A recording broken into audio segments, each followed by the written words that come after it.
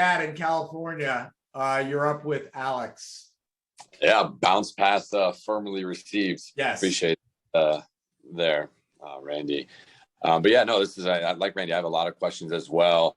The whole coaching premise and you're being your love language. I just got chills when you had mentioned that, because that's myself in a nutshell as well. And takes me back to working last night with a student athlete that I'm helping transition in basketball from the high school level to the D1 level. And we were in the gym at 11:30 last night, and I was up at 4 a.m. And just knowing that just gratifying to be able to give back to coach, this student athlete from Rwanda. And I won't go into the whole story, but it's a pretty cool story. But before I get into my question, I was curious though, Alex, Mary Pollicky, does that name ring a bell? I saw we were mutually connected on LinkedIn. I'm connected with can you spell the last name? Shoot me the name in the chat and I'll look it up as we're going through, and I'll just because we're out here in Southern California on the West Coast, so I know East Coast and West Coast may mingle some more than others, but she's actually on my team at work, and so I just thought it was just a unique individual. It's Pollicky. I'll send it to you, but just was curious. But if it doesn't ring a bell, then all good. But no, we might have been, go ahead. We might be connected through Chief, which is an organization for senior women. Are you involved in Chief? Okay. Yep. That's what it's involved in Chief. Good to know. Well, my question was, just talking about the negotiation and really just, the asking questions. And I think a lot of us, as we were talking about or listening to, is, the one that talks first, the one that talks most, in theory, quote unquote, loses. I like it. I don't like the word losing as well, but maybe not to have the upper hand. So when you are, and somebody also acknowledges and realizes that, and me, I'm having conversations with executives all the way from CHROs, FOs to EOs more than I ever have. And a lot of times I feel as if I might not be able to get as much out of them.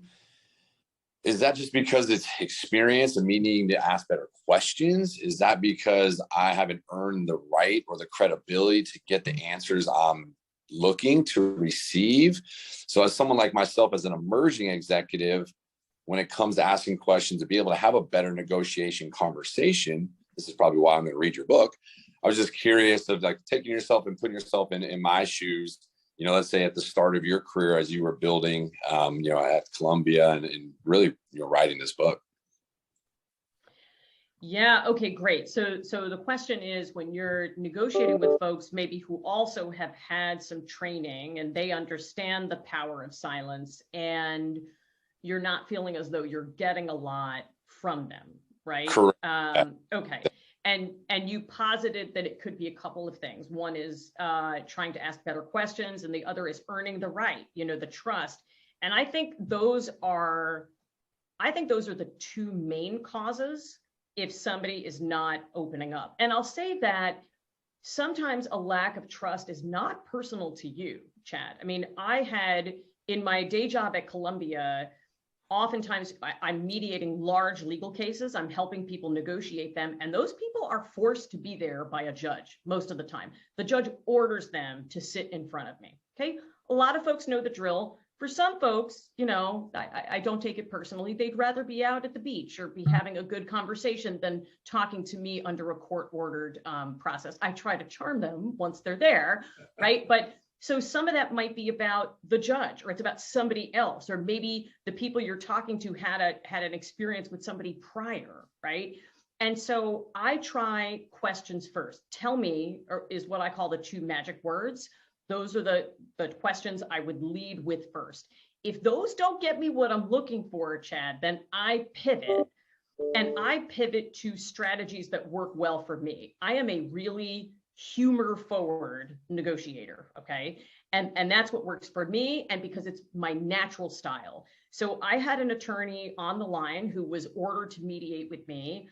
And she sent me a series of the spiciest emails I've ever received in my 2 decades of practice, saying what are your credentials? I've never heard of you. Marking up the document I sent her, which was like a basic agreement to sit down and mediate. It really just protected her. It had nothing in there about me.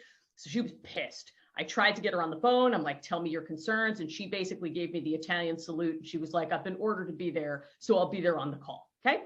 So we get on the call, we're face to face for the first time. I see her. And in the first 90 seconds of the conversation, before the other party gets on the line, here's what I say. I see her fumbling with the buttons and she's like, is this working? Like, I don't normally use Zoom. I have to download it. My office uses Teams. Then she made a motion to her partner in the background. I could tell what it was because I'm a mom. It was the like, take the kids out. I have this thing until like 2 o'clock, right? And then the last thing she did was she got all her documents together and she's like, I hope I got everything together in time. So we start, she's not answering any of my questions. So I pivoted. I looked at her and I said, can I take a guess about something? She was like, yes. And I said, here's my guess. 3 weeks ago, you got ordered by a judge you've never practiced in front of before to mediate with a mediator you've never heard before.